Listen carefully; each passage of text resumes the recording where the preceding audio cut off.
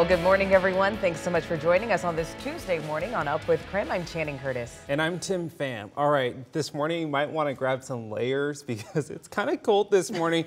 But if you have layers, then you can just start peeling them off as it gets warmer. Right, Thomas? Yeah, that's absolutely right, Tim. It's a bit of a chilly morning, especially compared to that taste of summer that we had last week. I think we may have got a little too used to that because it was a couple months ahead of schedule. This is more typical for the May season to have a cool morning, be offset by a very warm afternoon. A little bit of a breeze still at Lake Coeur d'Alene, not surprised about that, but looking beautiful. I mean, at least it's not hazy out there as well, even if it is a bit cool. 46 currently at 7 a.m.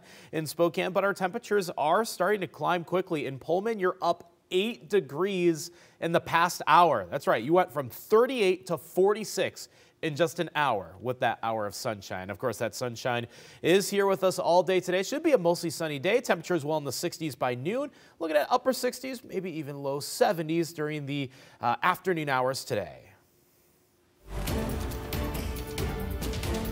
This morning, we know the trial date for the man suspected of killing 4 University of Idaho students. That trial is set to begin October 2nd. Yesterday, Breann Kohberger's attorney said he is choosing to stand silent.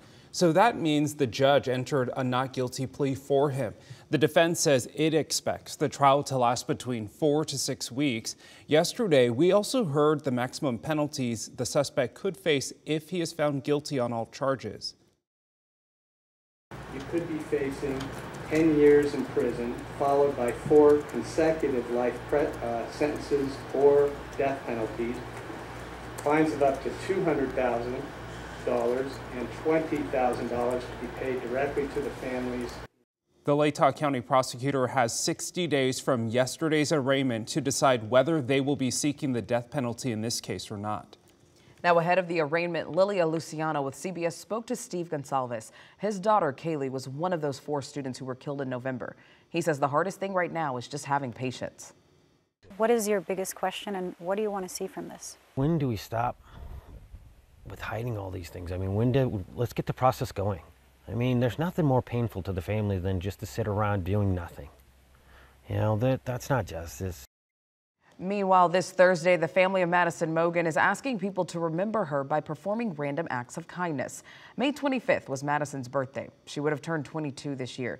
Her family says Maddie dedicated her life to spreading joy and kindness. So now they're asking people to join them on her birthday to continue Maddie's mission. All you need to do is just be kind this Thursday and share it on social media with the hashtag Maddie Mayday. And for more information on the Moscow murder case, you can watch our streaming platform, KREM 2+. It is free to download on Roku and Amazon Fire. You can also text us the word Moscow to the number 509-448-2000, and we will send that link right to your phone. This morning, we are learning more about an appointment to Spokane County Superior Court. Washington Governor Jay Inslee has tapped Spokane City Council President Breann Beggs to be the new judge for the court. Beggs will replace Judge Michael Price later this year. Up with KREM's Brandon T. Jones live from City Hall right now. And Brandon, we kind of had an idea Beggs would be up to something. We just really didn't know what it was. So what have you learned about this new role? Well, yeah, good morning, Tim. Less than 2 months ago, Beggs announced he wouldn't be seeking re-election for council president position, but by July, he didn't realize he'd be stepping into a new role. In a statement released by Governor Inslee, he says that Breann has passionately worked to improve the justice system and the Spokane community for years. Beggs has been a litigation attorney since 1991, was the executive director at Spokane Center for Justice, and he's been working on city council since 2016 with the last 3 years as council president.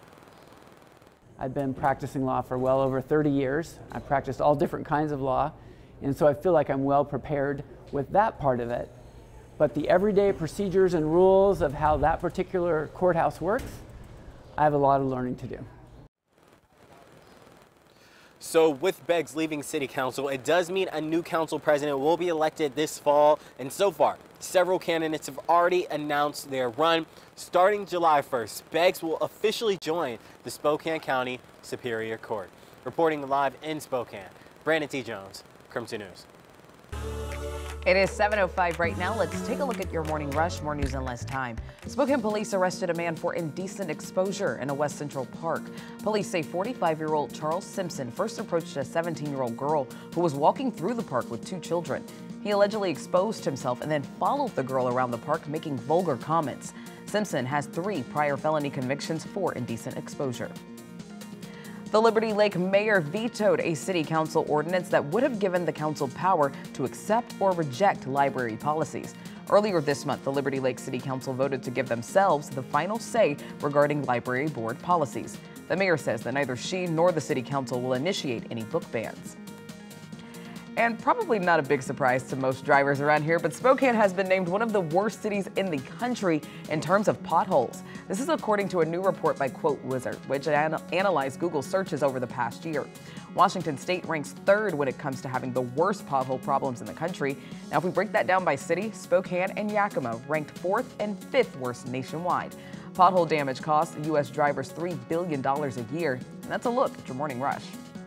Definitely have had to dodge a few through the winter and the springtime. And our weather today, very much spring-like as opposed to that taste of summer we had from last week. So a little bit cool in the morning, but the sunshine is already warming us up pretty quickly. So today's high temperatures should be right around 70 degrees, probably upper 60s for Spokane and North Idaho, more in the way of 70s for central and northern Washington for today. We find ourselves in a nice bit of clear skies as well, with the storm system responsible for the thunderstorms the last couple days continuing to slowly march eastward. The low pressure center is near Calgary in Alberta, but the dry layer of air is certainly moving into Oregon and Washington as of this morning.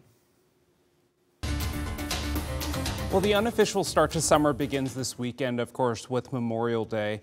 Just like last year, summer travel is expected to be very busy. Experts say trips will be larger now that more countries have opened up their borders after the pandemic. A new report released by Expedia says Seattle is actually the 3rd top travel destination.